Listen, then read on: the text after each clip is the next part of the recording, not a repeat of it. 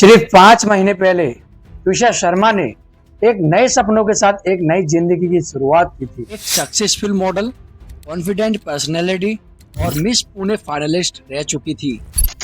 तुषार शर्मा को देखकर किसी ने यह भी नहीं सोचा होगा कि उसकी कहानी का एंड इतना डरा देने वाला होगा। लेकिन 12 मई 2026 की सुबह भोपाल के कटारा हिल्स एरिया से एक ऐसी खबर सामने आई जिसने सबको शॉक कर दिया। तुषार शर्मा अपने ही ससुराल के टेरिस पर हैंगिंग की हालत में मिली। घर के अंदर ऐसा क्या हुआ था? आखिर कुछ घंटों में ऐसा क्या बदला था जिसने एक सक्सेसफुल और इंडिपेंडेंट वुमेन को मौत के घाट उतार दिया? सबसे ज्यादा हैरान करने वाली बात ये थी कि डेथ से पहले तुषार ने अपने क्लोज लोगों को कुछ मैसेज भेजे थे। मैसेज जिसमें उसने लिखा था, मैं यहाँ ट्रैप्ड हूँ, बहुत परेशान हूँ। ये सिर्फ इमोशनल स्ट्रेस था या फिर एक इसके पीछे कोई और डार्क रियलिटी छुपी हुई थी? तुषार के परिवार ने डाउरी प्रेशर, मेंटल टॉर्चर और हरेसमेंट जैसे सीरियस एलिगेशन लगाई।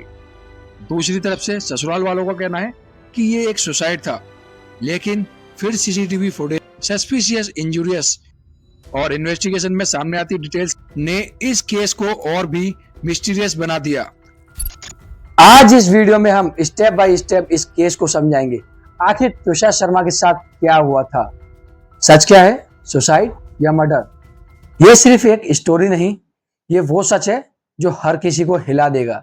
इस सच को जानने के लिए वीडियो को एंड तक जरूर देखना।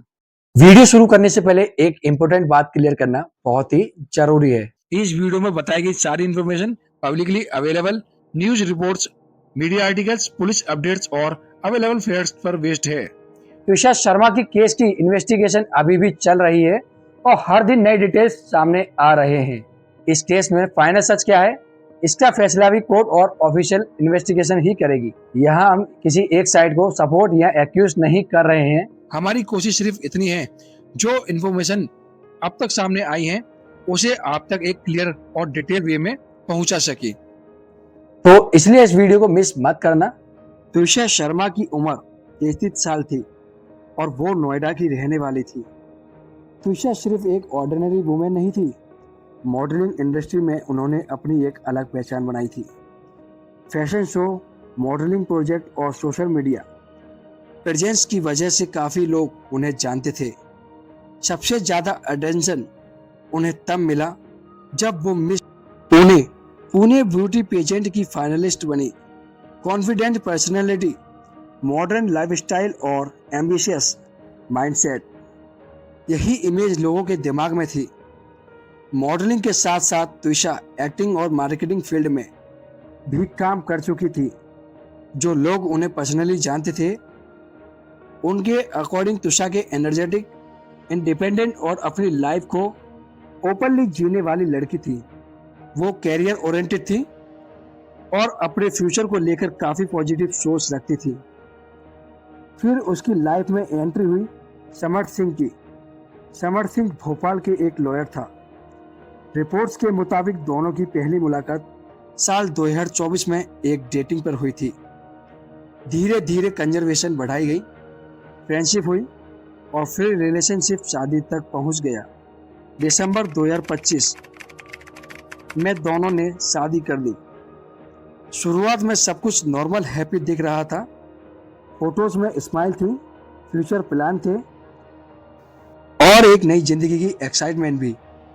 लेकिन शादी के बाद तुषार ने अपने शहर नोएडा छोड़ दिया और भोपाल अपने ससुराल शिफ्ट हो गई और शायद यहीं से उसकी जिंदगी धीरे धीरे बदलने लगी। ऐसे चांसेस शुरू हुए जो आगे चलकर एक बहुत बड़ी कंट्रोवर्सी और मिस्ट्री में बदल गई। शादी को अभी सिर्फ 5 महीने हुए थे और फिर 12 मई 2026 की सुबह एक ऐसी खबर सामने आई जिसने सबको शॉक कर दिया।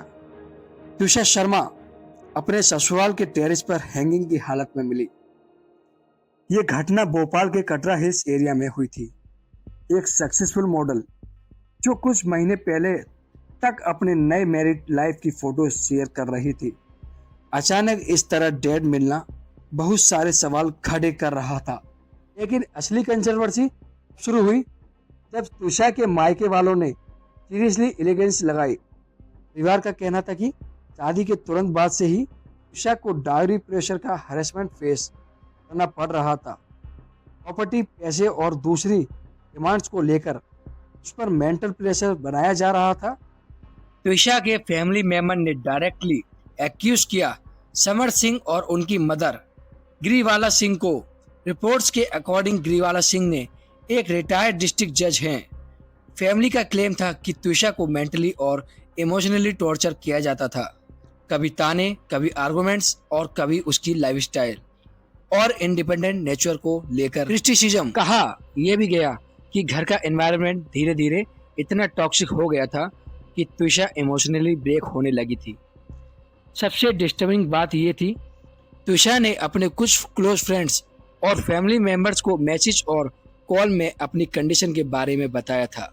उनसे सिंपल कहा था कि वो बहुत परेशान है, मेंटली थकी हुई फील कर रही है और अपनी ही ससुराल में ट्रैप्ड महसूस करती है।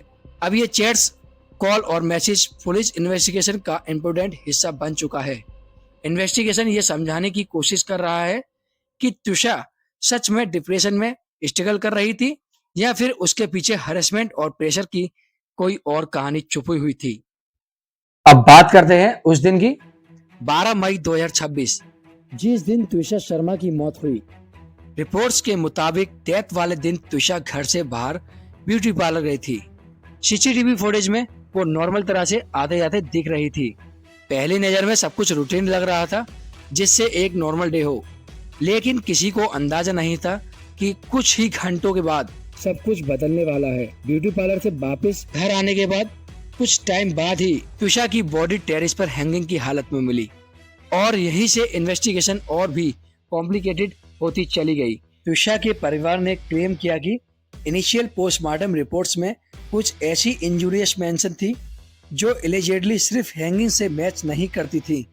ये बात सामने आते ही फैमिली ने सेकंड पोस्टमार्टम की डिमांड कर दी।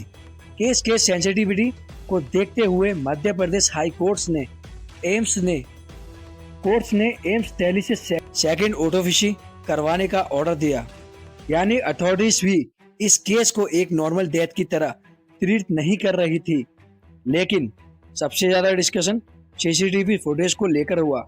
रिपोर्ट्स के अकॉर्डिंग एक फुटेज में डेथ के आसपास के टाइम पर कुछ लोग बॉडी को नीचे ले जाते हुए दिखाई दे रहे थे। अब पुलिस ये समझने की कोशिश कर रही है कि उस वक्त एग्जैक्टली क्या सिचुएशन थी। क्या बॉडी को बचाने के लिए नीचे लाया जा रहा था या फिर फुटेज में कुछ और हिडन डिटेल्स हैं। इन्वेस्टिगेटर अब frame by frame CCTV analysis कर रहे हैं। सिर्फ इतना ही नहीं, तुषा का फोन डेटा, पर्सनल चैट्स और ऑडियो रिकॉर्डिंग्स भी पुलिस के पास हैं। इन मैसेज और रिकॉर्डिंग्स में उसकी मेंटल कंडीशन, इमोशनल स्ट्रेस और घर के एनवायरनमेंट के बारे में एक काफी इंपॉर्टेंट डिटेल्स मिल सकती है। अब सवाल ये है, सारे एविडेंस एक सुसाइड थ्योरी का सपोर्ट करते हैं या फिर ये क्लूज किसी और डायरेक्शन की तरफ इशारा कर रहे हैं। लेकिन इस केस में कहानी का दूसरा साइड भी है। समर सिंह और उनके परिवार ने इस सब एलिगेशन को गलत बताया है। उनका कहना है कि तुषा शर्मा ने खुद सुसाइड किया था और इसके पीछे फैमिली हैरेसमेंट नहीं बल्कि पर्सनल मेंटल हेल्थ स्ट्रगल थी। समर्थ और उनके फैमिली मेंबर्स के अकॉर्डिंग तुषा का बिहेवियर पिछले कुछ टाइम से अनस्टेबल था। उन्होंने क्लेम किया कि तुषा मूड स्विंग और डिप्रेशन जैसे इश्यूज फेस कर रही थी। परिवार का यह भी कहना है कि घर के ट्रेडिशनल एनवायरनमेंट और तुषा के मॉडर्न लाइफस्टाइल के बीच काफी डिफरेंसेस थे। रिपोर्ट्स के मुताबिक घर में पूजा पाठ, फास्टिंग और ट्रेडिशनल रिवाज को लेकर आर्गुमेंट्स होते थे। फैमिली का क्लेम है कि तुषा ने इन चीजों में इंटरेस्ट नहीं लेती थी, जिस वजह से घर में टेंशन और मिसअंडरस्टैंडिंग बढ़ने लगी थी।